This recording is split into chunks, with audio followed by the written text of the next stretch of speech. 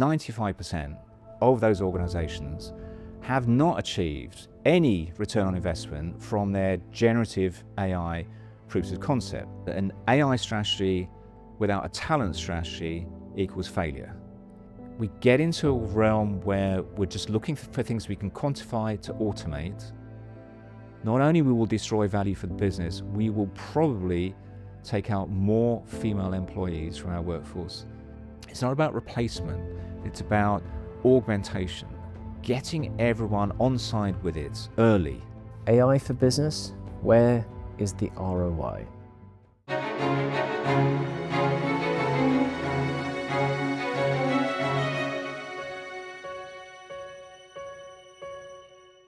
David Reed, DataIQ, pleasure to have you here.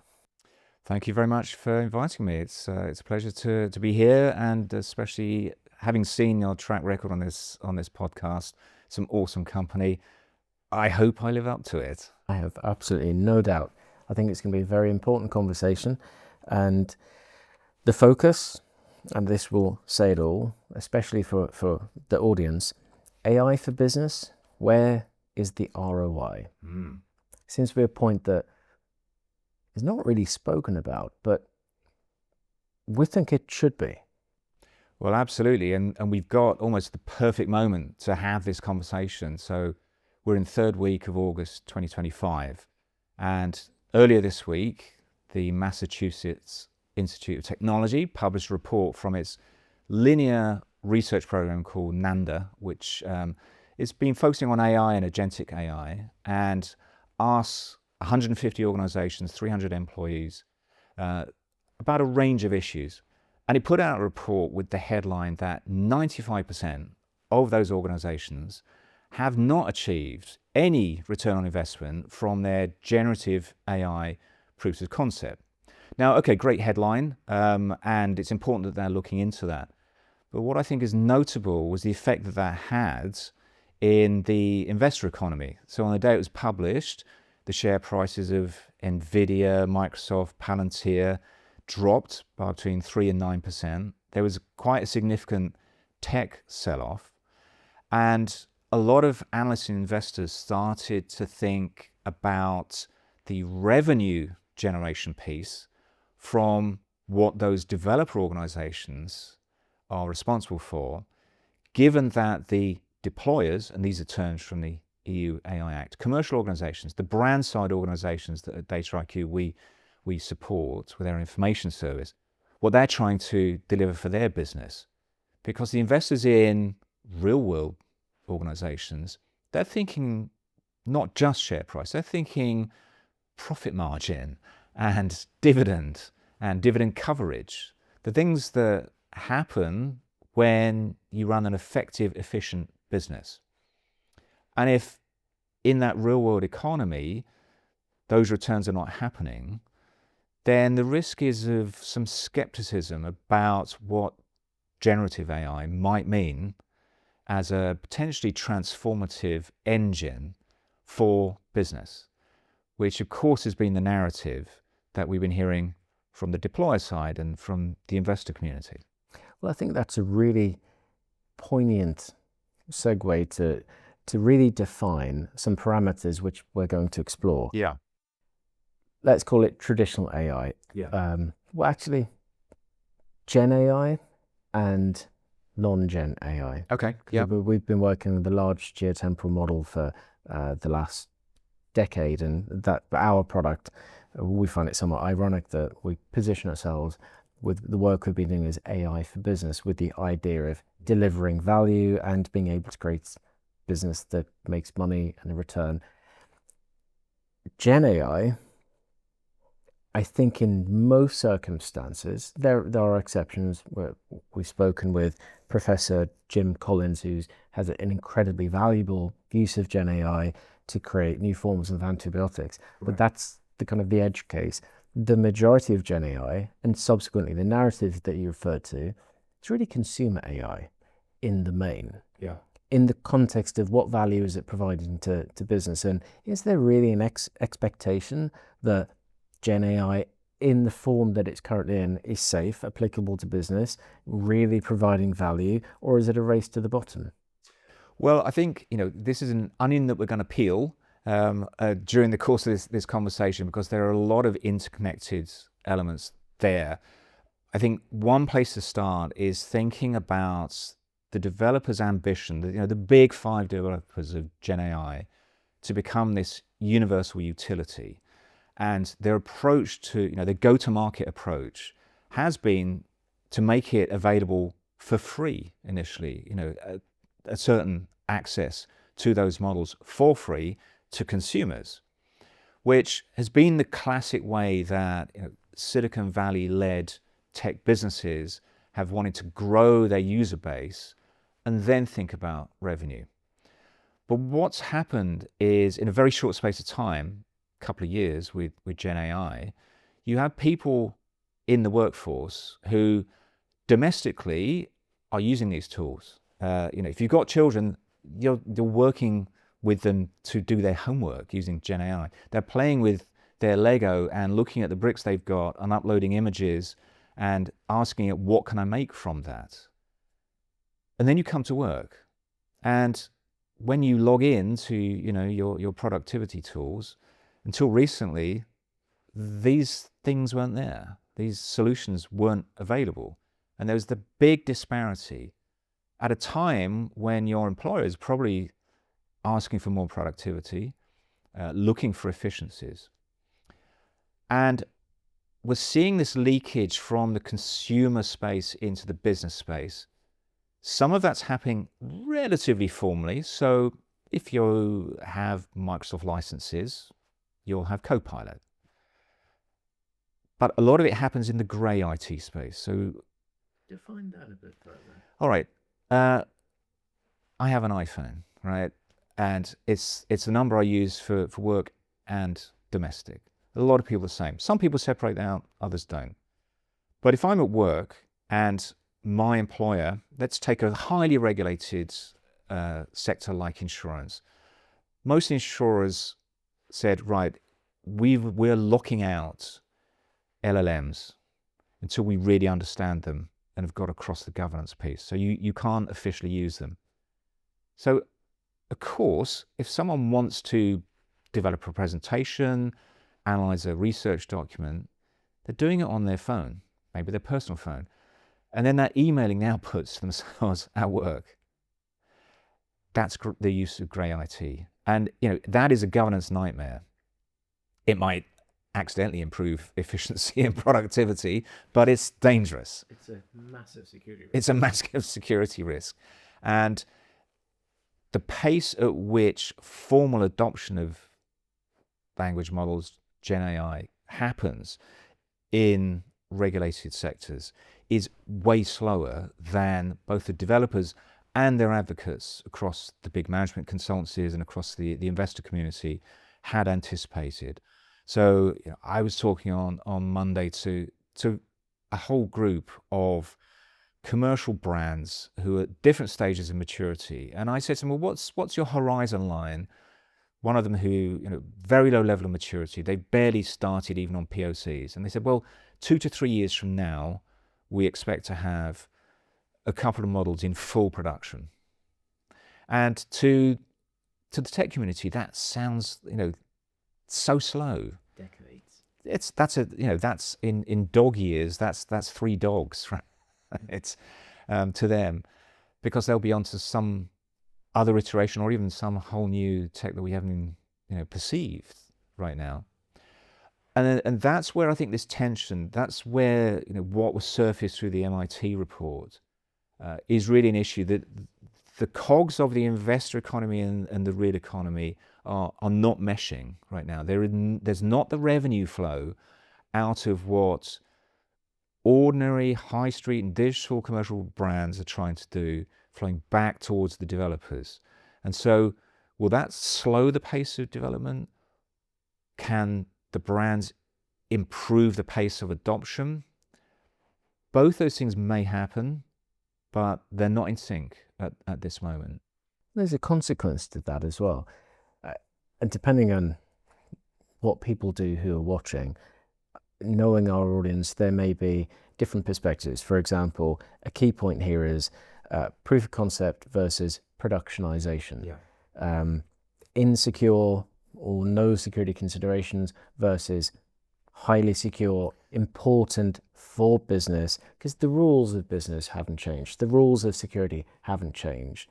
So there's a massive danger, which I look at it and think, in 10 years' time, maybe 20, but between 10 and 20 years' time, I think we're going to have a lot of class action lawsuits.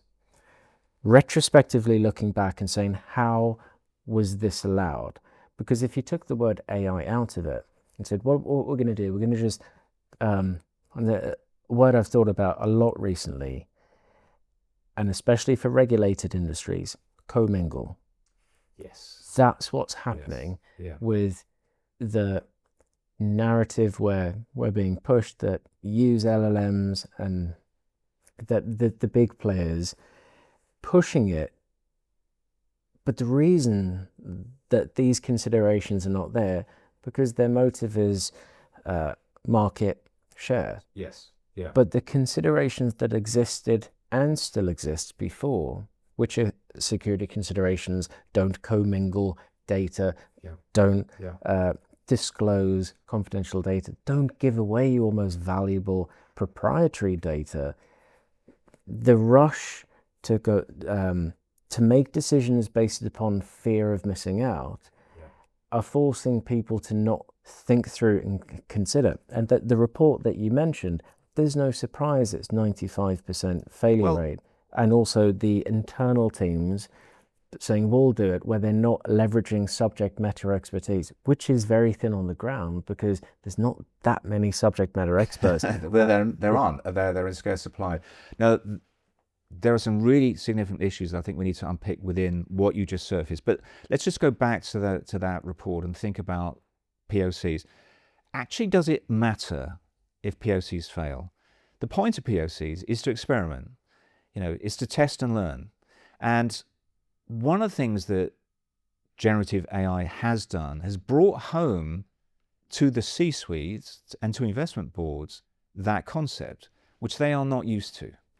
The expectation of technology has typically been, we will see a return, whether that's through efficiency, competitive advantage, reduction in headcount, and all those things can potentially stem from Gen AI. But within a proof stage, you don't expect 100% success rate. You probably actually do only expect a 5% success rate if you understand how innovation, and that's really what we're talking about, how innovation works. Product development has always had that kind of hit rate, and you have to invest into it to find the things that are worthwhile.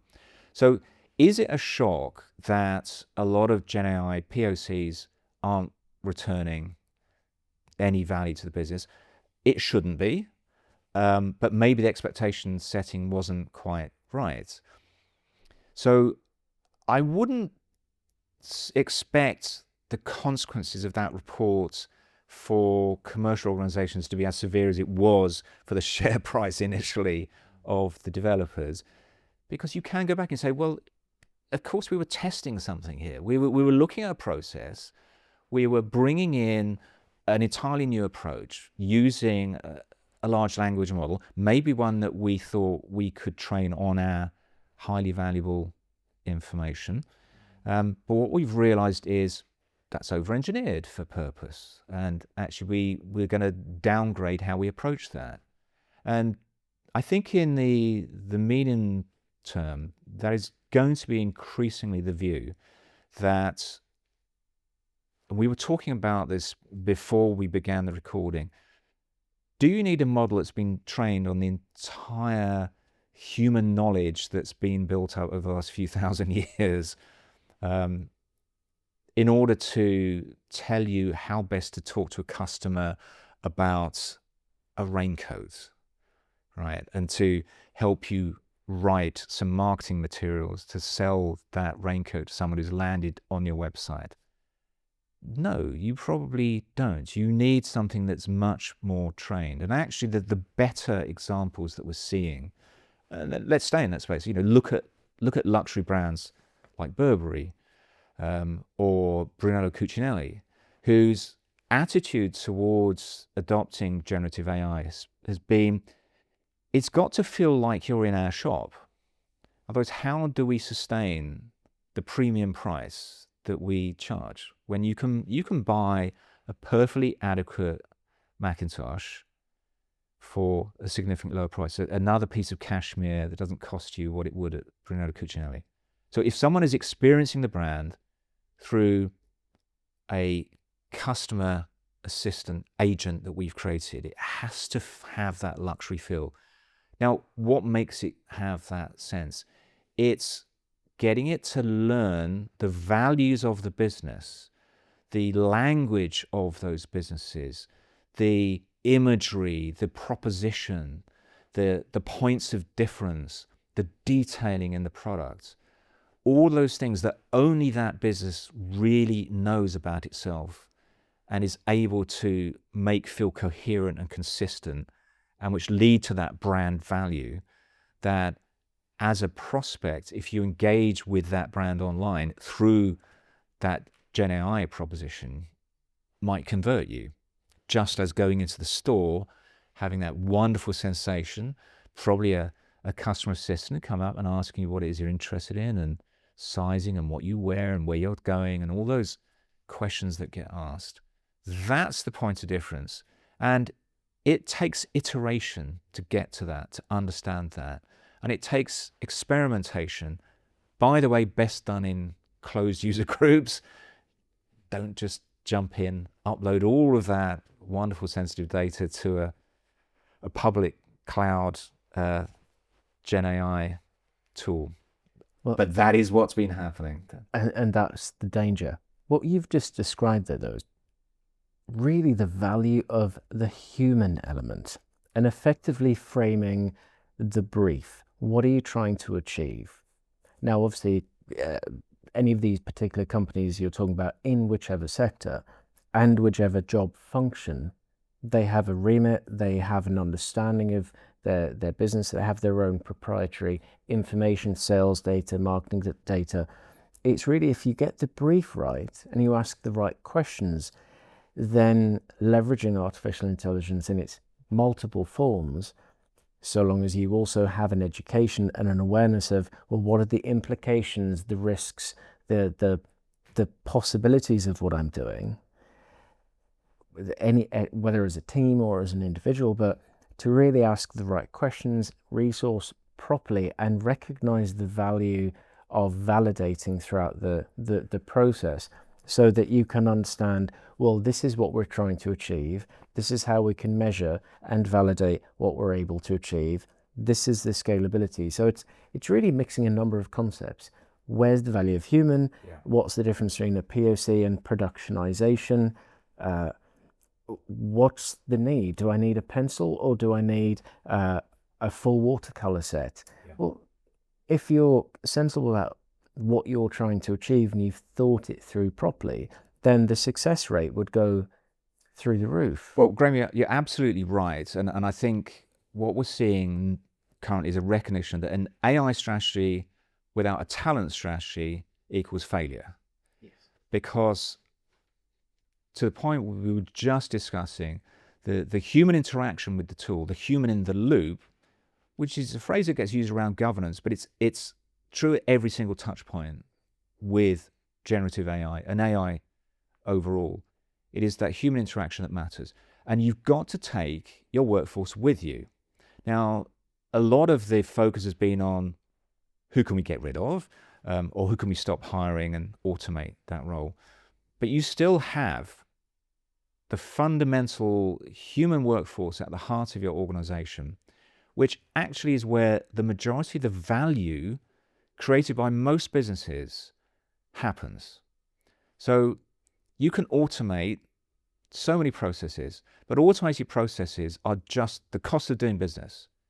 They're table stakes. They're not winnings, right? There's an expected diminishment of value as well. Yes. Because if you don't see it and you expect it to do that, Yes. then it may appear valuable in the short term, but that value is going to be invisible. Yes. And it'll average out because everyone can do it. Therefore, it doesn't really have any Yes. value. It's a commodity. Yes, it's absolutely a commodity. Now, there's a great term that a professor, and I've forgotten her name, and I do apologize for that, has coined called connective labor. And this is a really interesting issue right now in this space, because connective labor is what we're doing right now. Okay, we're having a conversation, human to human. We're engaging with ideas. We're exchanging knowledge. We're building something of value, hopefully, for the viewers in doing this. And it comes through that connection that we make. And in some sectors, it's very easy to see how connective labor is vital. So healthcare, perfect example. It's the interaction between yourself as a patient and a doctor or a nurse that makes the difference between how you feel about your treatment and indeed possibly the effectiveness of that treatment as a result.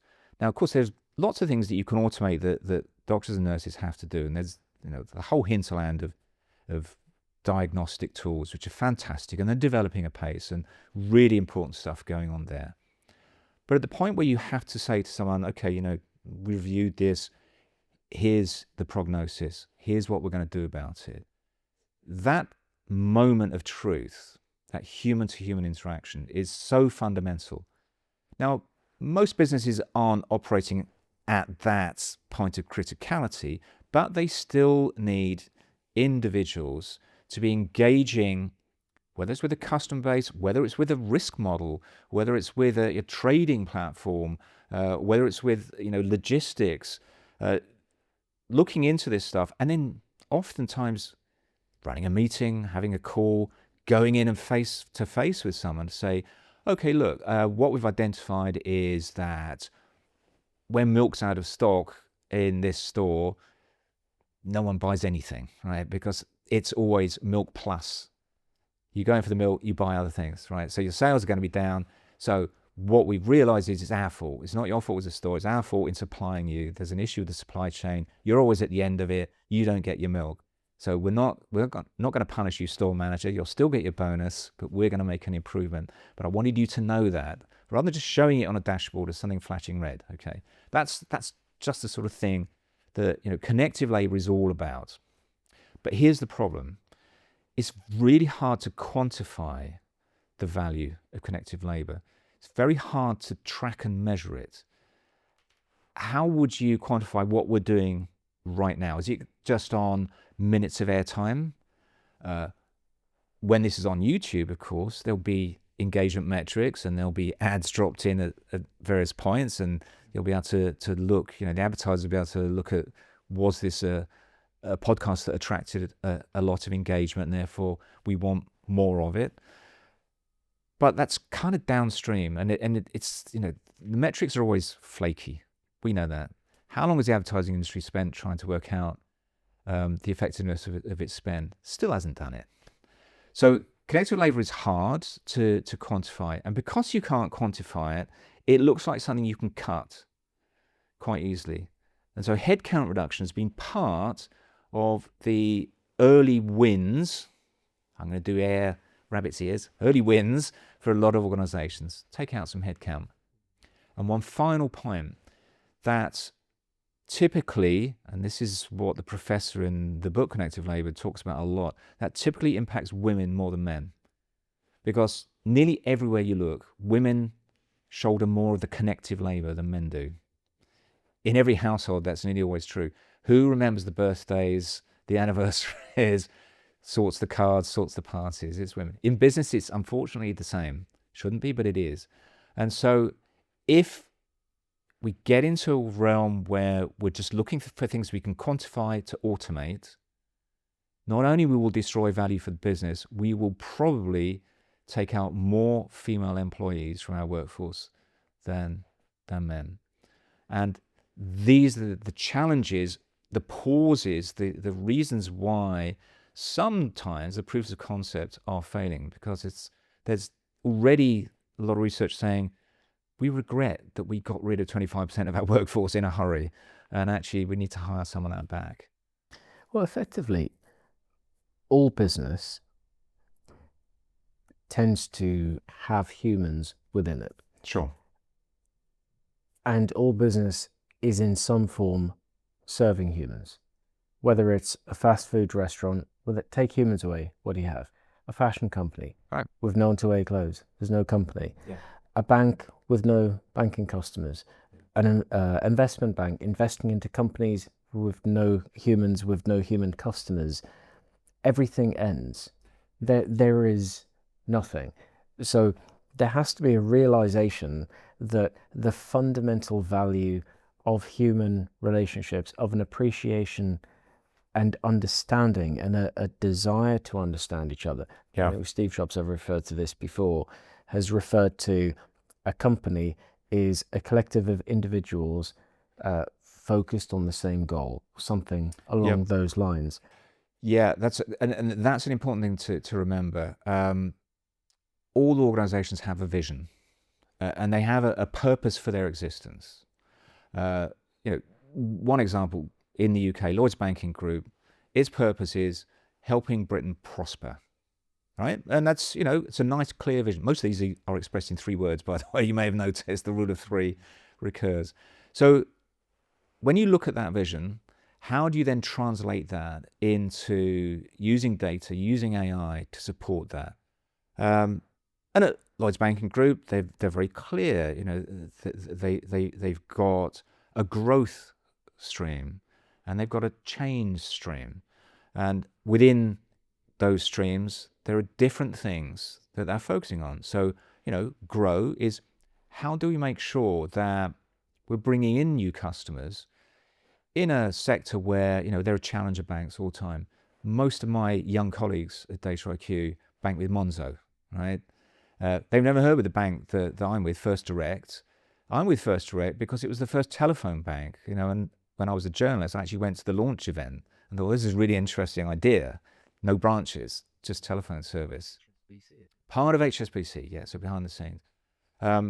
So a bank like Lloyds has got to figure out how we stay relevant to younger customers who've never had a branch experience. Everything is on the phone. How do we make that feel appropriate? So they're using data, they're using AI to pre-build things like pension plans, to offer here's a really straightforward pension solution. And we know young people don't save enough towards pensions, and it's going to build up a big problem if they don't. But helping Britain prosper, if you can get your product data aligned, if you can surface that through the right piece of AI, then you can actually grow the business, because you're not, as older customers like myself fall off the branch, you need the younger customers coming up behind and benefiting from the wealth creation that hopefully we're doing for them, Graham. And it's not easy, it's absolutely not easy. But if you are very, very clear about the ambition for the business and the vision, and everything you do is constantly aligned to that North Star, then if you allow for experimentation and proofs of concept and the failures that entails, you will actually achieve a better hit rate, because you're not just bringing in something that a data scientist goes, this is amazing. Look, it has this incredible accuracy rate. Okay, but is it accurate in these circumstances with this nature of query, or for a new customer where there's no history? All the things which, when you get into a production environment, become very, very challenging. And that's why that pace of change has to be throttled a little bit. In many ways, it's looking at those key elements and perhaps referencing it in a way that people can perhaps relate to in more historical circumstances, because things haven't changed too much, the dynamics. I spent a few hours earlier this week with another guest who's been on here. Well, it was a handful.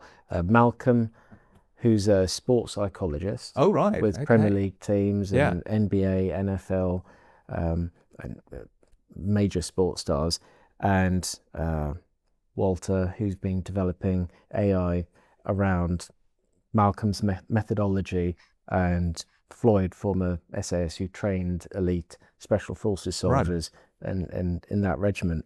So they've been working together to work with this artificial intelligence with coaches to identify where's the strong point, the weak point, is this player fatigue, what about in an attacking play, what about in a defensive play? And it's really, as a team, you can have a star striker, and being a Newcastle fan and observing what's happening with Alexander Isak at the moment and thinking, is he still there? In the city, but I'm not sure playing. But you can see the issue. Doesn't matter how talented he is, he's not turning up or contributing towards the team. Now, how does that affect another player? So you've got all of these surrounding circumstances, but the objective, and also what's the ripple effect? Well, to all of the fans, that the economy of Newcastle, all the economy of Newcastle does better when they're winning. Yes. So you've got this massive consequential trickle effect. That's effectively a business. It's the people together. And yes, artificial intelligence in its numerous forms, generative and traditional, can do a huge amount, but point and purpose is applicable to everything. It hasn't changed. And if we put it into that context and then think about it properly, then, as you say with Lloyd's, that approach is, well, how can we deliver what we're already intending to do in a better, more powerful, more engaging, and demonstrably and verifiably successful manner? Where, the process is you've got to try. Maybe you fail quite a bit, but you do so within a safe environment. And then once you've validated and really strengthened and hardened the approach with all the various stakeholders, then you can think about deployment. And it'll take some time and effort, but you do move from that investment-led economy into a practical ROI economy. Yes, and sports is a really good place to understand how that works. Not least because most people in business, are sports fans to some extent, and you can talk to them about a team or a sport, and they'll get that. And thinking about the way that data analytics has entered sport and begun to change it.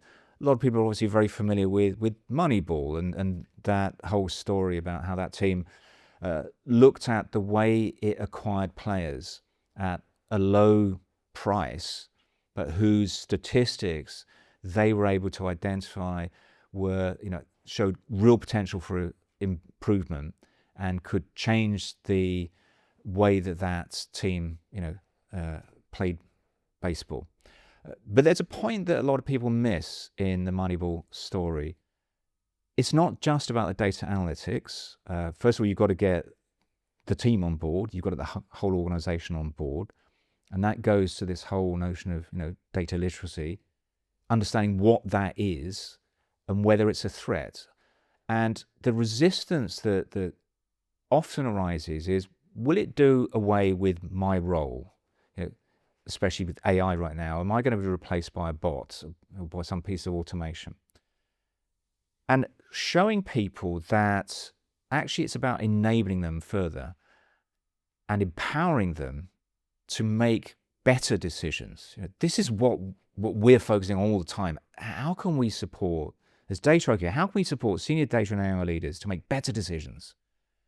And often it's about showing them other organizations and other people who've done similar things. For decision makers at every level of a business, they have a fear factor of being replaced, whether it's through a piece of data analytics, a model, Gen AI, whatever. But what happened in Moneyball, in a critical game, was that the manager put in a player who the statistics said was underperforming. But he believed, because the psychology of the moment, to your point about the psychology piece, would step up and actually turn the game around for them, which is what happened in that particular instance. And if you follow that through, then that's a much more hopeful perspective to take. It's human. It comes back to the human and saying, all right, if you as you're the CEO of a bank and you're kind of going all in at the moment, and all your messaging out to the city and to your shareholders is, we want to lead with this. Digital transformation backed by data, backed by AI. Here's everything that we're doing. Here are all the projects, and here are the outcomes that we anticipate.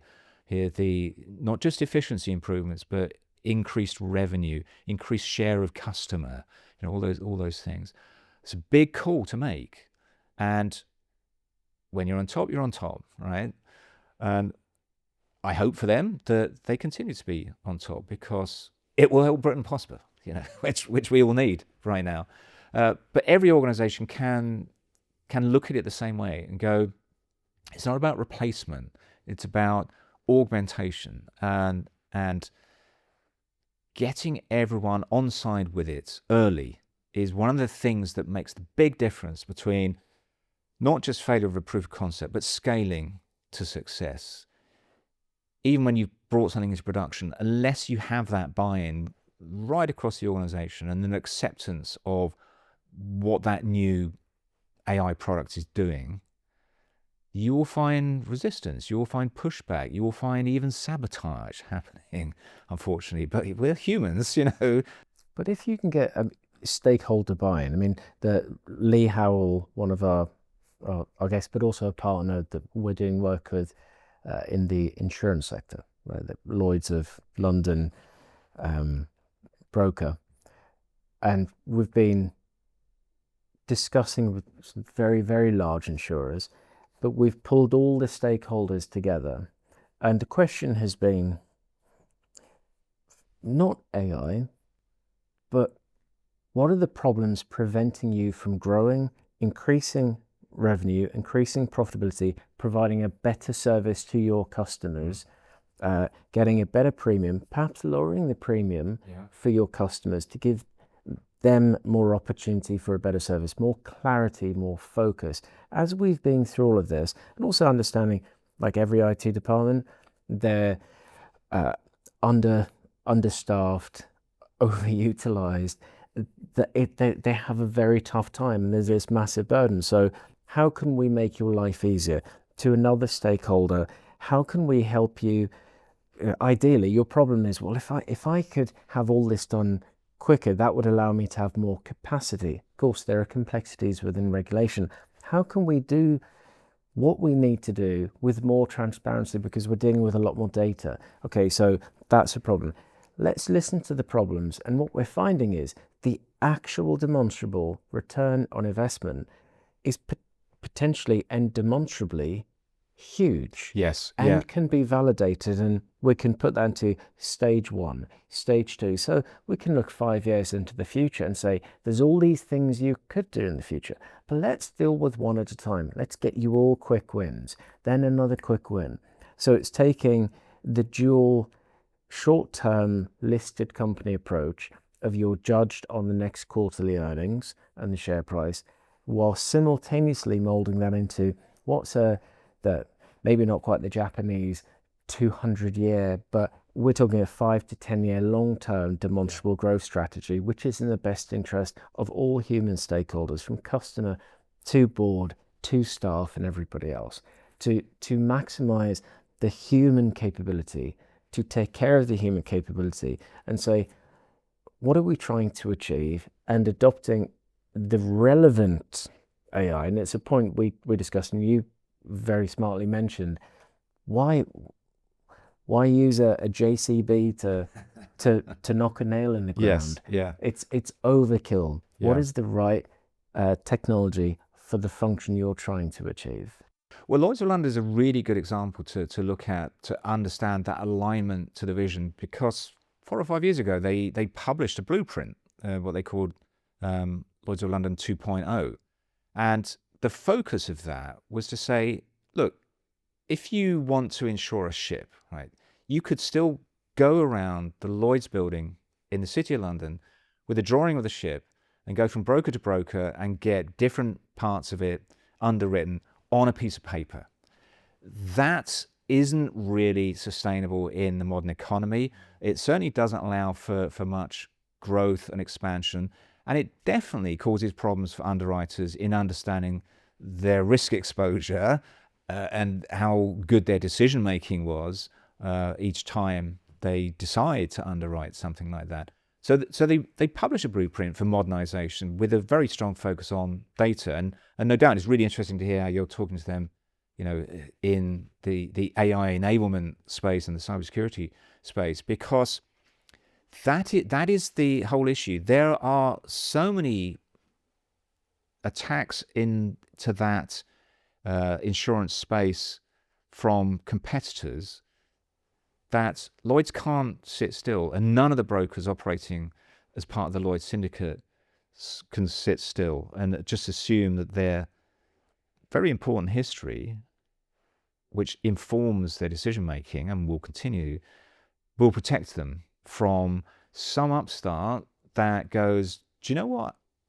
Given I've got access to all human knowledge now, maybe I can start to do some really interesting work on risk, and I can be the one who says, I really know how to insure propellers on big tankers because I have gone deep on this, and the model that I have built is better than anything that's out there. Now, hopefully, what's happening across the Lloyd's syndicates is that they're doing exactly that. They're bringing their data together, they're bringing in these new models, they are training them on their specific domains, probably not large language models, to your second point, because you don't need all human knowledge to do that.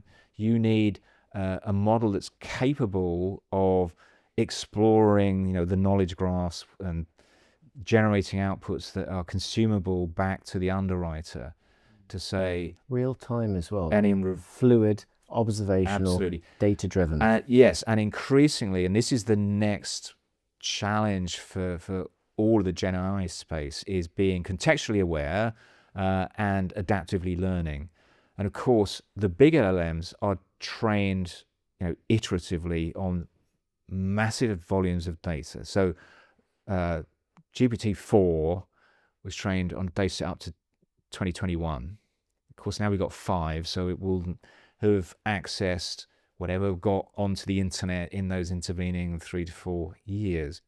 Some of which, of course, is controversially hijacked creative material from human creators, but we maybe don't have the time to unpack that, and that's not the concern of commercial organizations. If they can find models, whether they are developed, co-created increasingly with startups. So we talk to quite a lot of large financial service providers, bankers and insurers who've changed their attitude to working with startups, because what they've realized is the bank doesn't want to employ teams of data scientists who get, how these models work. They want those people to be in a startup, bring them in to work on the bank's data, to create this model that is very specifically trained to the issues that the bank itself has, because it then has a massive influence over how that model works. And it gets competitive advantage, which it won't get if it's just pulling down Llama or Claude or Anthropic into its systems. It will be doing some of that as well in the less sensitive space where those things have a use. But working with those knowledge teams, whether they're in startups, whether they're in scale-ups, doesn't matter, but getting to grips with what do we need as a business? What would actually be transformative for us? Where is the value that we've always believed we could unlock, if only? So that was your point, I think, about looking ahead. To unlock some of those things that you'd like to get to in 5 years, there are stages that you have to go through. It is like Formula One in the sense that ultimately you've got a driver that knows how to get the best performance out of a car and can give feedback. Right. You've got someone like Adrian Newey, yes, aerodynamic specialist Yeah. who's the car designer and comes up with the concept. But of course, the concept, by the time other parts are being done, that part with the wind tunnel design, that's already done. You've now committed to that. There's all these stages. And it's a fascinating area, Formula One. I've had the privilege of being hosted at the McLaren Technology Centre by Alteryx a couple of times, and going around that space and seeing what their engineers do and how they work is extraordinary. And one of the things there, they've got their own wind tunnel. They're just upgraded it this year, in fact. By the way, do you know it only works on a 60% scale model? They can't get a full-size car in it. And there was an issue with, I believe, the Mercedes car, where it was the gravel or the effect was incorrect from a scale perspective, which originally led, because when it was scaled down, yes, the mathematics, the size of the pebbles were, the adhesion was slightly off. The point about the wind tunnel is the FIA imposes a constraint on how many hours it can be used, how often they can take new components or a new car into that space. And I think this is a really key thing to consider with AI. Innovation comes from constraint. It doesn't come from abundance. Yeah. The developers, let's just say OpenAI at the moment, have abundance. They have practically limitless cash, and they're still asking for more. To pursue this goal of artificial general intelligence, a reasoning engine that's as good as or better than a human, that was actually asking why. Can I just interject? Yes. One thing there, and again, it's not something I'm sure people are too aware of.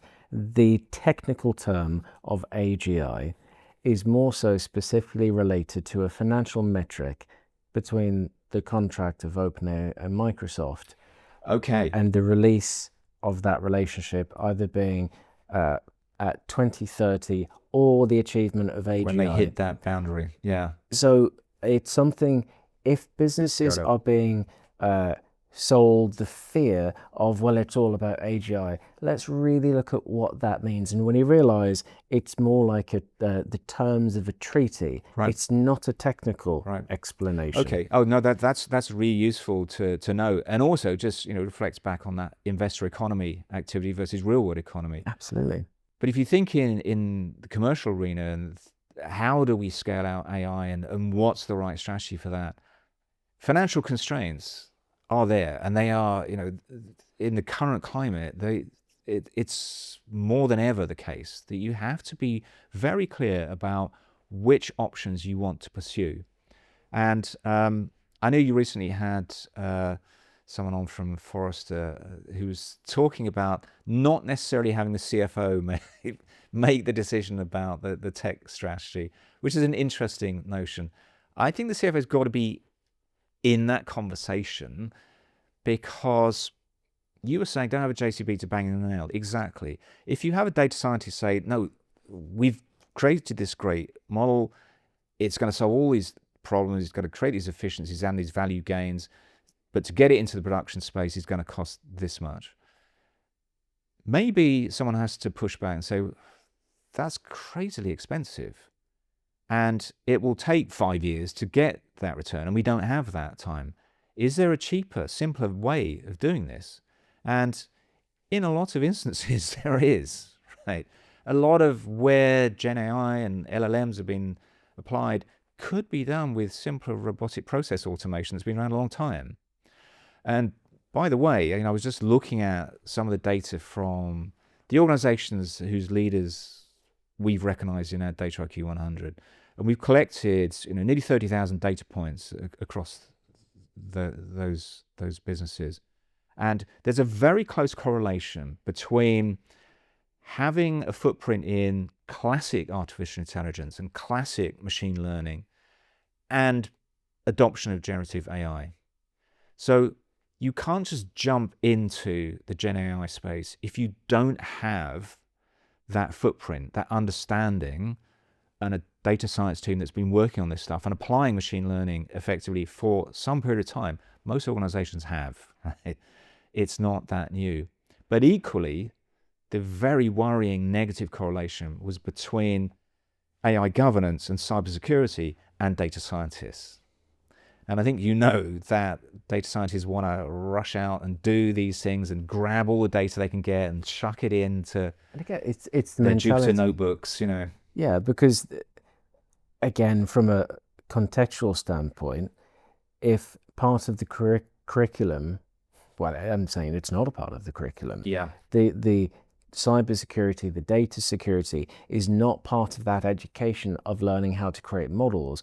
Then you've got partially blindsided individuals believing, and it goes to the other point of the Dunning-Kruger element of they think they know. Yeah. Well, life experience gives a lot of interpretation, and it goes back to the point of, how do you make decisions? Do you need to use this? How do you work under struggle? And I see it across the board, whether it's music, film, technology, any walk of life, there are no shortcuts. There's discipline, there's relentless hard work, the need to fail in order to figure out what works, validate, and over enough time, we're aggregating people with those combined experiences. And you mentioned it in our chat beforehand. What is a perfect example that the world would know that rocked the stock market, where by taking something away, saying you don't have the resources, you don't have the capabilities, but you're up against it? Thank you. Yes, the DeepSeek moment earlier this year. Yes, well, absolutely right. And look at the impact that had. Because China's not allowed to have the cutting edge NVIDIA chips, there's an export ban on those. You had a developer just go, right, where can we get to? How effective can this model be when it's trained on cheaper chips? And it costs, what was it, $6 million, I think. Now, of course, that took down the share price of NVIDIA and quite a lot of other tech stocks for a while. It went back up because, again, in the investor economy, where else are they going to put their money? And I think this is the challenge for commercial organizations in the real economy showing ROI versus investors putting money behind developers and tech stocks, where the share price is through the roof, and so is the price to earnings ratio through the roof.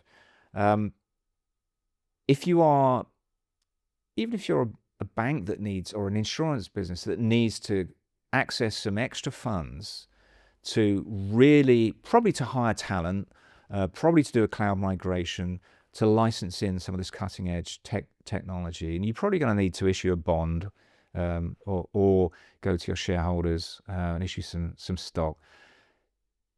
Is your story as strong as someone in the AI or the tech space saying, we're enabling that, but why not put your money behind us, because ultimately we're going to have 100 businesses like that using us? And that's the difficulty for the C-suite in legacy brands, in the high street, even digital service providers, of how do we make our story and the returns that we're anticipating look strong enough that investors stick with us and believe that not only will the share price be stable, but it will be dragged upwards by what's happening in that tech space, to the big seven, who account for so much of the valuation of the stock market at the moment. It's interesting, though, to see how the big seven have approached AI as a general topic. Yes. We know Amazon really well.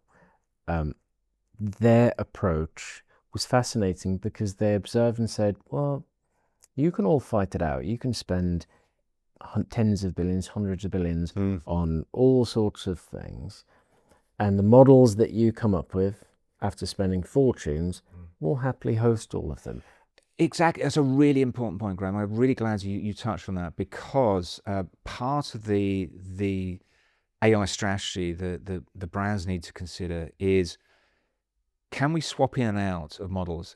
As a model not only gets upgraded, but potentially degrades and ceases to perform, are we in some kind of vendor lock-in against that? And I think the Amazon AWS tech stack play has been very smart in that respect, to be model agnostic, but also where's all the profit in Amazon? It's from AWS. It's from compute and storage.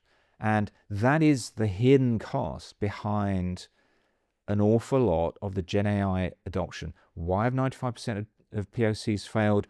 When you start to think about scaling up those costs from inference, from data storage, from the API calls, it stops making sense. And so you bin it. But it's all good news for AWS, right? But even the expertise of infrastructure, which is more traditional, the typical data scientist, PhD, master, graduate, he's never been trained in infrastructure. Yes. And actually, and I think you mentioned this previously, bandwidth is going to become an issue. Yes. Because the pace, the rate, the data volumes of all those calls, that complex infrastructure that is supporting Gen AI and LLMs, it's going to start creaking. Now, we're already seeing it creaking in the energy space and the water space, right? That surfaces very rapidly as a challenge. Can we sustain the needed growth in data centers? Is there enough energy? Is there enough cooling water at this stage of the infrastructure, and its level of efficiency to continue the path of development that's being laid out? Maybe quantum is going to solve that. Don't know. Still. Well, we had Dame Dawn Childs on. Yes, you did. Remarkable lady. Yes. And so that's where she's got the focus at pure data centers. And she described the same thing. It's not the data centers that are necessarily causing the issue. It's the power grid. Yep. It's the legacy issues.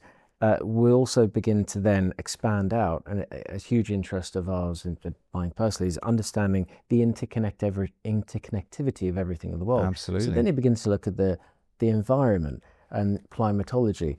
And that's not just, well, it's getting warmer. Yeah. Well, actually, you're getting desertification. You're getting lower amount of water reserves. Yes. Hydroelectric energy is being Yes. affected. Even we've got hose pipe bans here. Yes. When you begin to look, well, how do things work? The inquisitive mind, you quickly come to the conclusion, well, there are issues, and then it moves to politics, because what about the lack of investment in critical infrastructure? You think, well, what has that got to do with this? Yeah. Everything, absolutely everything. Well, we've got some good examples, haven't we, that we've seen happen. So when crypto happened, and everyone thought, actually, that's going to be a good place to invest in. That's really exciting.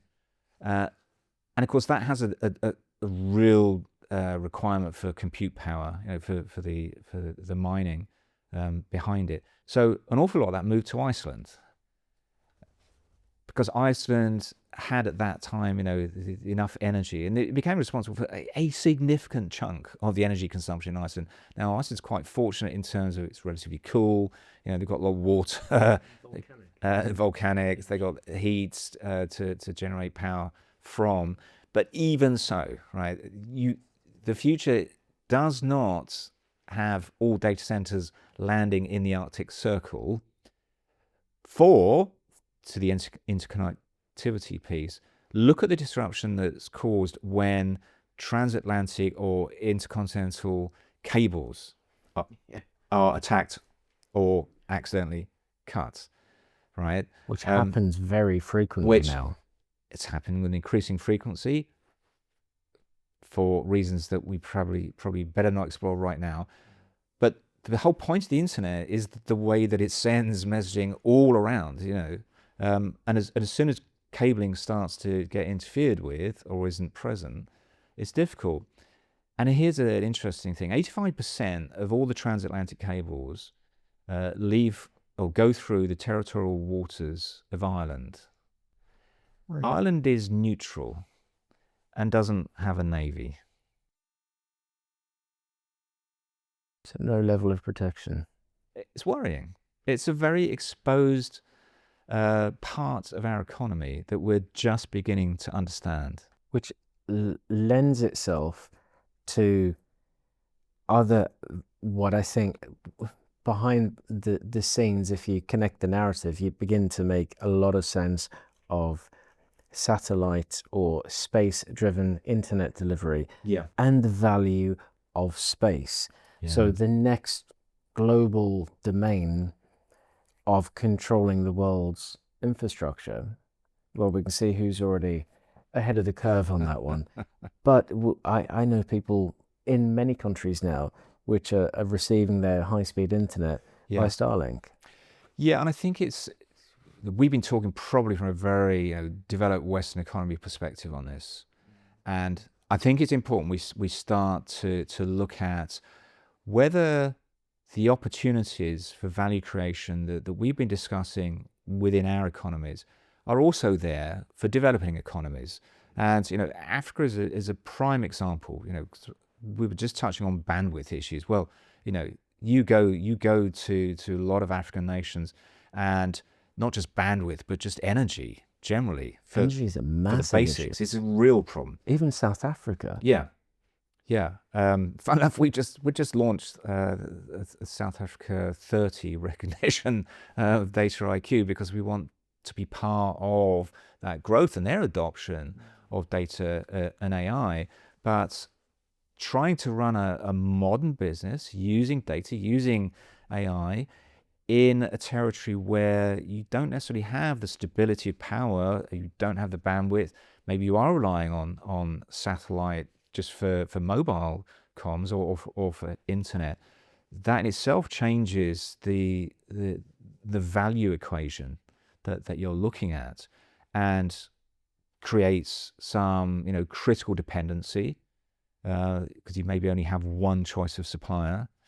And if that particular supplier, for whatever reason, wanted to turn off your access to the internet, then, and they might do that for a political reason, as a commercial business, that could take you down. Even cyber attack. But I know, and then cyber attacks. I know yes. Power, there's still major cities that have certain times of the day, or they alternate days. That's right. Where to keep the grid going, a lot of people have to say, well, it's a Thursday night. There's no electricity on a Thursday night.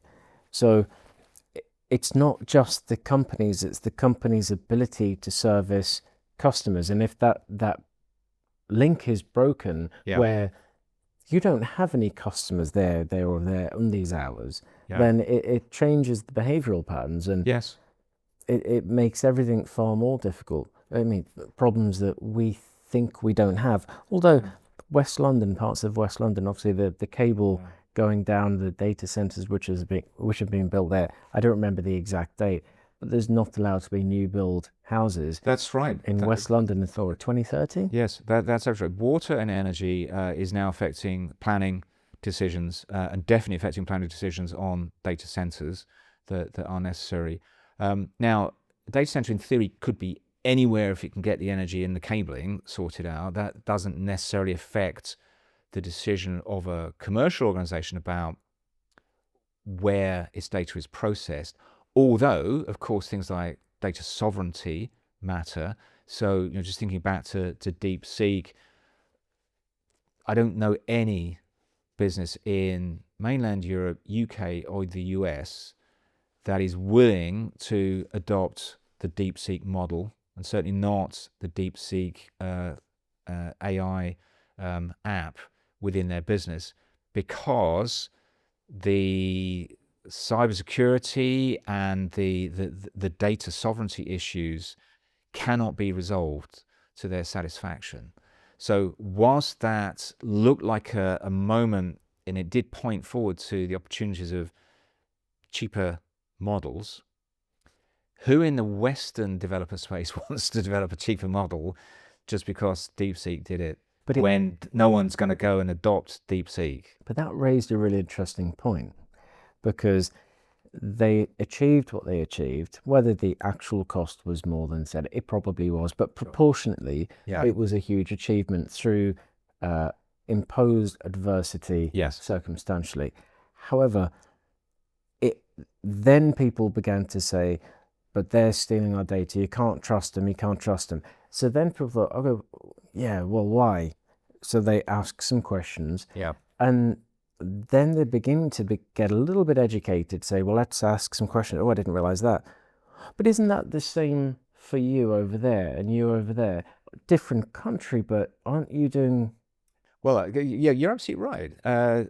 And sometimes having an issue like that surface brings people into a conversation that they otherwise run from. So, I always joke that saying the words data governance or AI governance is the best way to empty a room, because it just feels like, oh no, that's the Department of No, isn't it? They're going to stop us. And yes, it is one of the things that has throttled the pace at which brands have been able to adopt these extraordinary tools, because, let's just think about a regulator who, might require you to treat customers fairly. And therefore, you've got to explain the decisions or the product offering that's put in front of a customer. Now, historically, you use deterministic models to do that, and you have test scripts, and you can go, okay, here's a whole suite, a category of circumstances, and we run this through the model, and these were the outputs, and this is our risk appetite.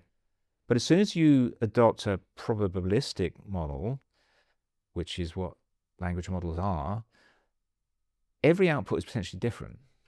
There's no stability to it. So how do you show a regulator that you were treating that customer fairly and there wasn't bias or discrimination? You can't. You can't. No. So the regulators are having hand in hand to work out with the companies that they regulate what is reasonable in terms of what the regulation requires and the risk management, and keeping the business open, and progressive and growth. And it can be done, and it's being tackled at any number of levels, and you're probably involved, and you probably have some guests on around there. And what I think back to is, in the run-up to the General Data Protection Regulation, when that was originally proposed in 2011, finally got through the European Parliament in 2014, came into law in 2016. And we as a business were very close to the UK Information Commission at that time. And she was very clear that the perspective had to be innovation with regulation. And it wasn't about the regulators stopping innovation, because they could see, what was going to happen with data in that phase of what we were calling still big data. Don't call it that anymore. It's just data, because it's all big. That the innovation piece had to happen, but there had to be, transparency, explainability, the principles that are there in not just actually GDPR and the DPA in the UK, but now in the EU AI Act. I think it's got 4 principles which effectively extend from what GDPR did. Can you actually sit down and go, this thing does this in this way, and while some of that is black box, we have these systems at that end to, firstly, before any data goes into it, make sure it's not biased, because all data sets are, and then when the outputs come out, that they're not discriminatory, and we have a check, and it's not going to be rude. The chatbot's not going to say, well, you asked me for this swear word. Well, I think it's very important that people, again, reframe that component and put it into something which is perhaps more brutal and blunt for the imagination. What's the point of wearing a seatbelt until you crash? Or even the halo system on an F1 car. Yeah. What did it take? Now look at where we are. If we're only really 18 months, 2 months into this new wave, we haven't had that horrific car crash yet, but it is coming. Good point. Yeah. And when it does, then people say, well, it was obvious, wasn't it? Well, this is why if you look at the EU AI Act, an awful lot of it is focused on frontier models and existential risks, very, very high risk scenarios, which the developers are principally responsible for creating. Very, very few businesses are in that space. If you look at critical infrastructure providers, whether that's Transport for London, where we are now, or EDF, or any of the energy providers, for example, National Grid, telcos, they're part of that critical infrastructure where if they were to deploy those frontier models, the potential risk is significant. The risk to life, is genuine. And so they have to be really cautious about that. And it'll be, 5 to 10 years before that stuff really lands into that space. But if what you're doing is you're putting a pint of milk on a shelf or selling a raincoat to somebody, what is the risk in that space, really? It's actually more upstream, where the garment was produced, how it got shipped, maybe where the funding came from, how the cattle were treated. Is the farm being paid fairly? If it's coming from, let's think about cocoa beans, and is that coming from a sustainable source where the farmers are treated fairly? Now, all of that you can start to stitch together through the data, and you can report on, and you can demonstrate, through your ESG policies that you're on top of that. But it's not going to take down humanity. It's not going to blow people up. So actually the opportunity is there to, again, experiment with some of these models in a constrained way. Why not? You're not going to be picked up by the EU regulators. I think there's a difference between the idea that AI is, well, you train a model, then you do. That's how LLMs are done. But I think, going back to one of the original points, both, let's say, traditional and alternative or different AI doesn't necessarily work that way. Sure.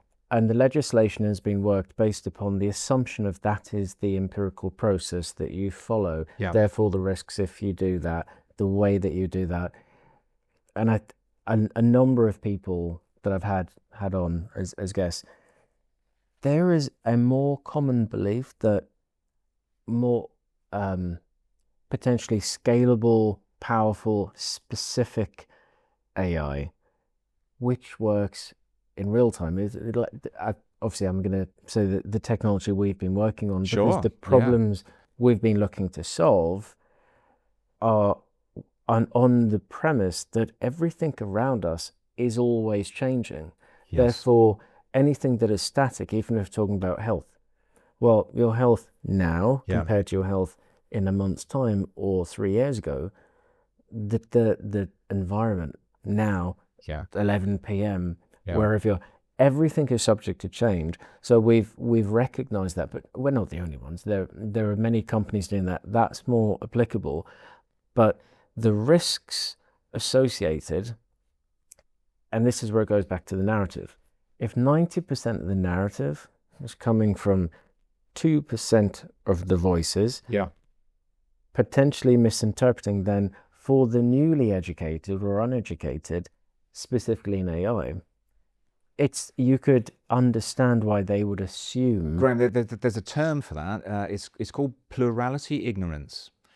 And it's researchers have observed this obviously in social media. So, for example, on Facebook, 4% of accounts generated 80% of all the vaccine denial content. So if you are a user of a social media platform like that, and you take a look at a couple of those posts, the algorithm starts to show you more and more of them. And so you get the impression that that's what everybody thinks. What you're not seeing is the plurality of the people who don't think like that or just haven't made up their minds, because they're not posting, right? The vast majority of social media users don't post or post to any significant extent. Elon posts 184 times in 24 hours at certain moments. He certainly did in the first day of Doge. That hides the rest of the user base. It generates that plurality ignorance. And so to your point, if I'm in the C-suite and I'm being asked by my shareholders and my internal stakeholders, so what's our AI strategy? And I'm thinking, well, all I'm hearing is jump on board the Gen AI train and let's go with Sam, or let's go with Meta, or whichever, it doesn't matter. But I've got to say something. Let's do that.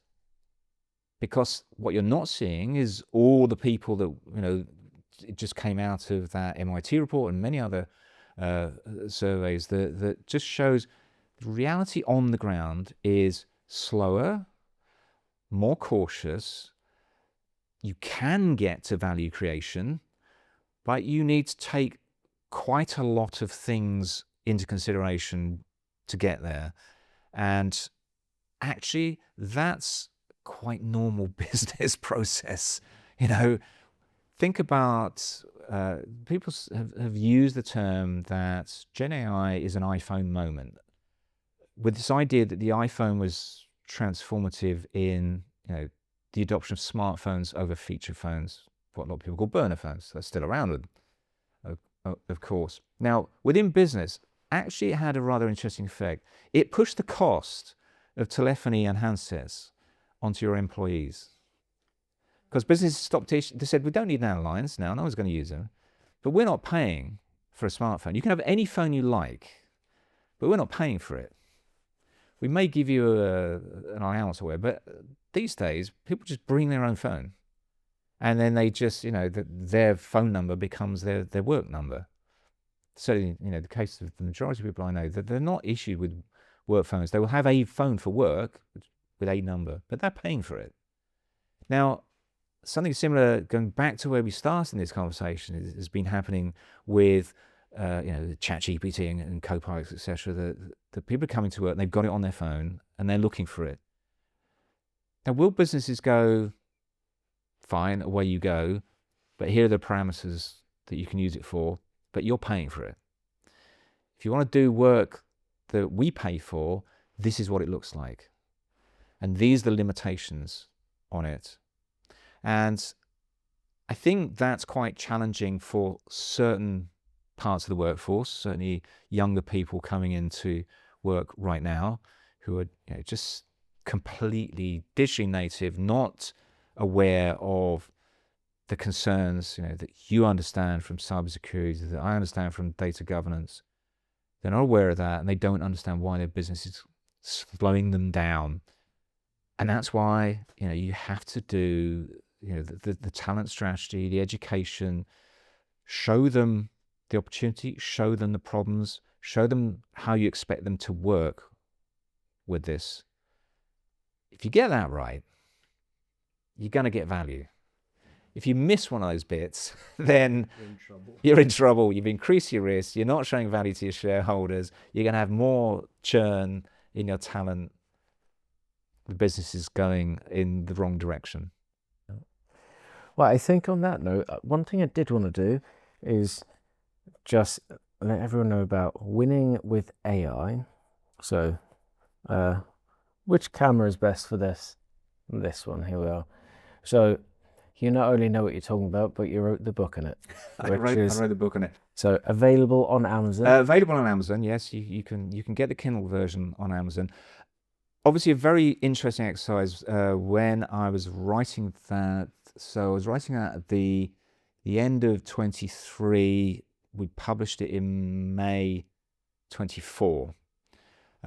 Just at the point where ChatGPT had really surfaced in the last 12 months. I think November 22 is kind of the birth date of GPT-3. And there's an example in there from NatWest Bank and ITV, who both had really good horizon scanning processes to see this stuff early on and start thinking about whether they should adopt it. But since that came out, and the 7 case studies in there, I think every single person that was working there has left, and a lot of those use cases now look really basic. But there is stuff in there I think is still thought-provoking and useful, and some of that's about the economic cycles, some of that is about the power consumption issues, some of that is about, do you need a full-bore LLM to tackle a small-scale challenge within business. So bearing in mind that note of caution, I hope you enjoy reading it. Well, do you know what? I bought the Encyclopedia Britannica from the year I was born, every volume, Wow. so that I could have that period of time and said, Yes. this is what the world That was the knowledge. believed was the Yeah. knowledge. And I think this is, given the speed at which AI moves, to know the context of what we just said there, I think is fascinating within itself. And then no doubt you'll have future versions which will be, again, that point in time. You mean if I'm ever crazy enough to think about writing another book, because it's a tough process? Well, I think that's where you also learn a lot, by being willing to do it. Well, thank you for showing it to the audience, and thank you for the invitation today, Graham. Excellent. It's been a pleasure. Thank you, David. Pleasure. Thank you.